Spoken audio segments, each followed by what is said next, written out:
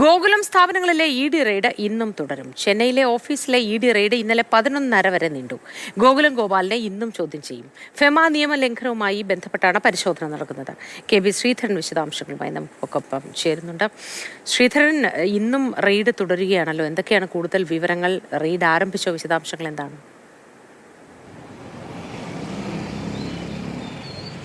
മോത്തി, ഇതുവരെ റെയ്ഡ് ആരംഭിച്ചിട്ടില്ല. ഇന്നലെ ഏതാണ്ട് 12 മണിയോടടുത്ത് വരെ ഗോകുലം ഗോപാലിനെ ഈ കാണുന്ന ഗോകുലത്തിൻ്റെ ചെന്നൈയിലുള്ള ഈ ഗോകുലം ടവേഴ്സിൽ വെച്ച് ചോദ്യം ചെയ്തു എന്നുള്ളതാണ് മനസ്സിലാക്കുന്നത്. ഇ.ഡി. ഉദ്യോഗസ്ഥരുടെ പരിശോധന പുലർച്ചെ വരെ നീണ്ടിരുന്നു. ഏതാണ്ട് 4 മണിവരെ ഇ.ഡി. ഉദ്യോഗസ്ഥർ ഇവിടെ രേഖകൾ പരിശോധിച്ച് ഇരുന്നു എന്നുള്ളതാണ് ഇവിടുത്തെ ജീവനക്കാരൊക്കെ പറയുന്നത്. ഏതായാലും നേരത്തെ സൂചിപ്പിച്ച പോലെ തന്നെ ഫെമ നിയമത്തിൻ്റെ ലംഘനവുമായി ബന്ധപ്പെട്ട് തന്നെയാണ് ഈ പ്രധാനമായിട്ട് ഈ പരിശോധന നടക്കുന്നത്. 2022 രജിസ്റ്റർ ചെയ്ത കേസിലാണ് ഈ പരിശോധനകളെല്ലാം തന്നെ നടന്നുകൊണ്ടിരിക്കുന്നത്.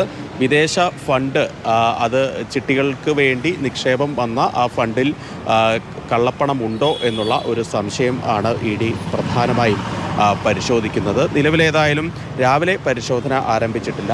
ഈ ഫണ്ട് എമ്പുരാൻ സിനിമയ്ക്കായിട്ട് ഉപയോഗിച്ചിട്ടുണ്ടോ എന്നും കൂടി ഇ.ഡി. പരിശോധിക്കുന്നുണ്ട്. നിലവിലേതായാലും ഇന്നലെ രാത്രി കൊച്ചിയിൽ നിന്നും അതുപോലെ തന്നെ ആന്ധ്രാപ്രദേശിൽ നിന്നുമുള്ള ഇ.ഡി. ഉദ്യോഗസ്ഥരാണ് ഇവിടെ പരിശോധന നടത്തിയത്.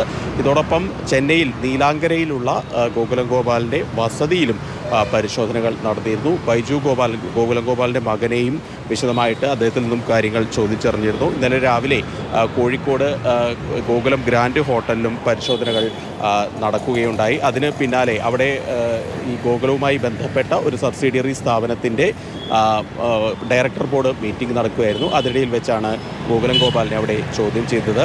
വൈകിട്ട് 4 മണിയോട് കൂടി തന്നെ അദ്ദേഹത്തോട് എത്രയും വേഗം ചെന്നൈയിൽ എത്താൻ വേണ്ടി ആവശ്യപ്പെട്ടു.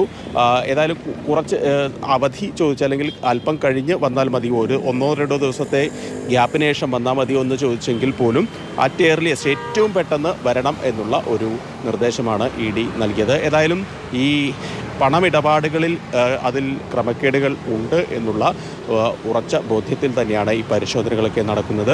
മറുവശത്ത് ഈ എമ്പുരാനുമായി ബന്ധപ്പെട്ട വിവാദം, അതായത് ഈ എമ്പുരാൻ സിനിമയുടെ നിർമ്മാതാക്കളിൽ ഒരാളായിട്ടുള്ള ഗോകുലം ഗോപാലിനെ വേട്ടയാടുകയാണ്. ആ സിനിമയിൽ കേന്ദ്രം ഭരിക്കുന്ന പാർട്ടിയെ വിമർശിക്കുന്നതിനുള്ള ഒരു പ്രതികാര നടപടിയാണ് എന്നുള്ള ഒരു വിമർശനമൊക്കെ ഉയരുന്നുണ്ട്. നേരത്തെയും കേന്ദ്ര ഏജൻസികളുടെ അന്വേഷണം ഗോകുലം ഗ്രൂപ്പിന് നേരെ ഉണ്ടായിട്ടുണ്ട്. 2017 ആദായ നികുതി വകുപ്പിൻ്റെ പരിശോധന ചെന്നൈയിലും അതുപോലെ തന്നെ കർണാടകയിലും ആന്ധ്രാപ്രദേശിലും കേരളത്തിലുമൊക്കെയുള്ള ഏതാണ്ട് 78ഓളം സ്ഥാപനങ്ങളിലായിട്ട് പരിശോധനകൾ അന്ന് നടന്നിരുന്നു. അതിൻ്റെ കൂടി വെളിച്ചത്തിലാണ് ഇപ്പോഴത്തെ ഈ തുടർ പരിശോധനകൾ എന്നുള്ളതാണ് ഇ.ഡി. ഗോപാലിനെ ഇന്ന് ചോദ്യം ചെയ്യുകയും ചെയ്യില്ലേ? ഇന്നലെയും ചോദ്യം ചെയ്യുന്നുണ്ടായിരുന്നില്ലേ? സ്വാഭാവികമായിട്ടും ഈ ക്രമക്കേടുകൾ സംബന്ധിച്ച് ഈ രേഖകൾ വെച്ചുകൊണ്ടുള്ള ചോദ്യം ചെയ്യൽ തന്നെയാണ് ഇന്നലേക്ക് പുരോഗമിച്ചത്. ഏതാണ്ട് 5 മണിയോടുകൂടി അദ്ദേഹം ഇവിടെ എത്തി. രാത്രി 11:30 വരെ അദ്ദേഹത്തെ ഇവിടെ ഏതാണ്ട് 6 മണിക്കൂറിലധികം ഗോകുലം ഗോപാലിനോട് കാര്യങ്ങൾ ചോദിച്ചറിഞ്ഞിട്ടുണ്ട്, അദ്ദേഹത്തിനെ ചോദ്യം ചെയ്തിട്ടുണ്ട് എന്നുള്ളതാണ് ഇ.ഡി. വൃത്തങ്ങളിൽ നിന്ന് ലഭിക്കുന്ന വിവരം. ഏതായാലും ഇന്നും തുടർ ചോദ്യം ചെയ്യലുകളും തുടർ പരിശോധനകളും തുടരും എന്ന് തന്നെയാണ് മനസ്സിലാക്കുന്നത്. ഇന്നലെ 5 ഇടത്താണ്, അതായത് കേരളത്തിലും തമിഴ്നാട്ടിലുമായി 5 ഇടത്താണ് ഇന്നലെ പരിശോധനകൾ നടന്നത്. ഇന്ന് കൂടുതൽ പരിശോധനകൾ ഉണ്ടാകുമോ എന്നുള്ള കാര്യത്തിൽ, അതായത് രേഖാ പരിശോധനകൾക്ക് ഉണ്ടാകുമെന്ന് ഇടിവൃത്തങ്ങളിൽ നിന്ന് ലഭിച്ച വിവരം. ഗോകുലം ഗോപാലിനോട് കാര്യങ്ങൾ കൂടുതൽ വ്യക്തത വരുത്താനും ആവശ്യപ്പെട്ടിട്ടുണ്ടെന്നാണ് മനസ്സിലാക്കുന്നത്. നിലവിലേതായാലും ഇന്നും തുടരും എന്നുള്ള സൂചനകൾ തന്നെയാണ് ഇ.ഡി. വൃത്തങ്ങളിൽ നിന്ന് ലഭിച്ചുകൊണ്ടിരിക്കുന്നത്. ശരി ശ്രീധരൻ. ചോദ്യം ചെയ്യലും പരിശോധനകളും ഇന്നും തുടരുമെന്നാണ് മനസ്സിലാക്കുന്നത്.